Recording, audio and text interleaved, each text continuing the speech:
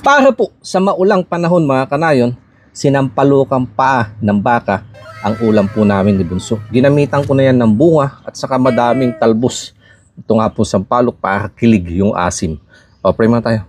Lord, thank you po sa blessing na pinagkalob nyo ngayong araw na life po namin. To in Jesus' name, Amen. Okay, drink muna tayo sabaw. I have no spoon. You drink sabaw here. You like what I'm doing? Grabe.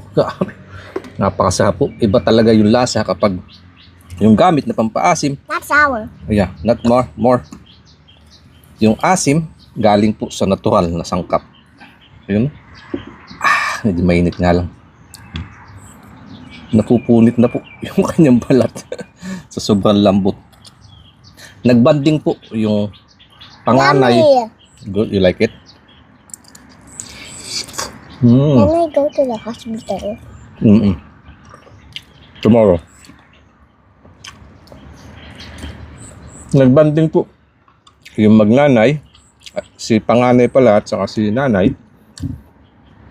Kaya kami naman po ni Bunso ang magbabanding dito sa mukbang.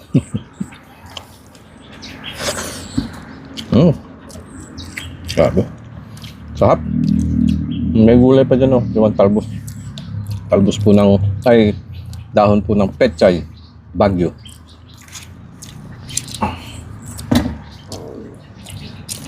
You like it? Gustuhan po niya. Sausawan po natin. Patis. Saka sili. Sausaw. Sausaw. Sabaw.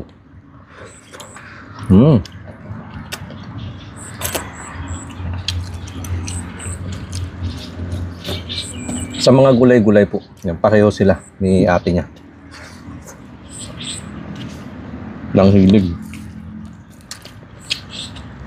Pero sa mga karne naman po katulad ng palaka. Ganito nga. Buto-buto. Tikling. Pato. Yan. Mas palaban po ito si Bunso.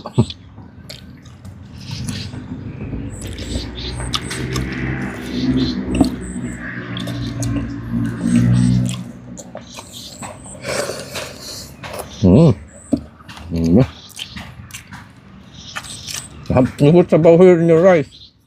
If you want to use spoon. Ito. Ang lambot. Init nga lang.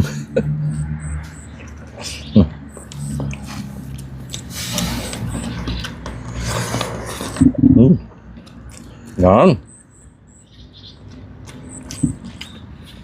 Me too, I want to put sabaw here.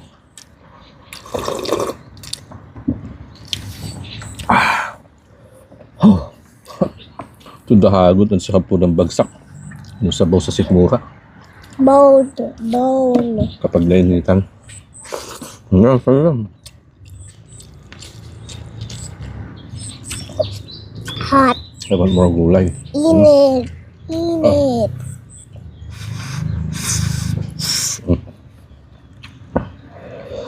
Kapag ganito po, ang ulam ay ganado na sa maghapon. Kung unang kain pa lang, pinagpapawisan ka na agad.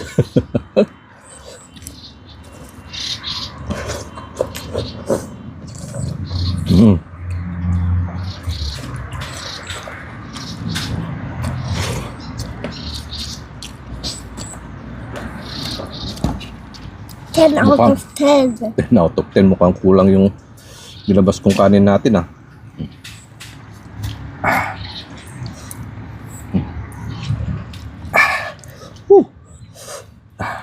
Kahit silahin mo na lang po siya.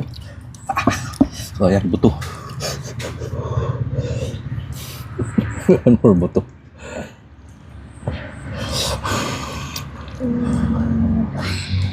Wow.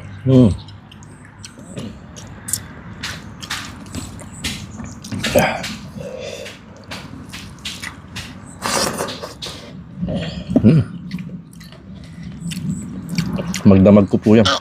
Halos magdamag pala na pinakuluan. Kaya po nakuha yung sulit na lambot.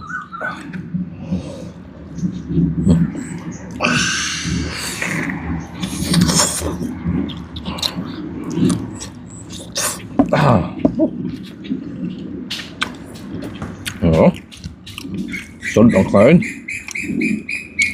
Diyan ko muna tatapusin mga kain. Magpapak muna kami ni Bunso. Kuha akong extra rice pa. Ganito naman kasi talaga kasarap ang ulam. Papahanap ka pa ng bahaw. Papalamigan ko pang kaunti. Hindi mahawakan. Medyo mainit. I could hold it. You can hold it. Maraming salamat po sa inyong patuloy na pagtangkilik sa aking mga binabahagi ng mga pagkain bukid. Daan po muna kayo mga kanayon. Kain po tayo. Sleep. Cheers.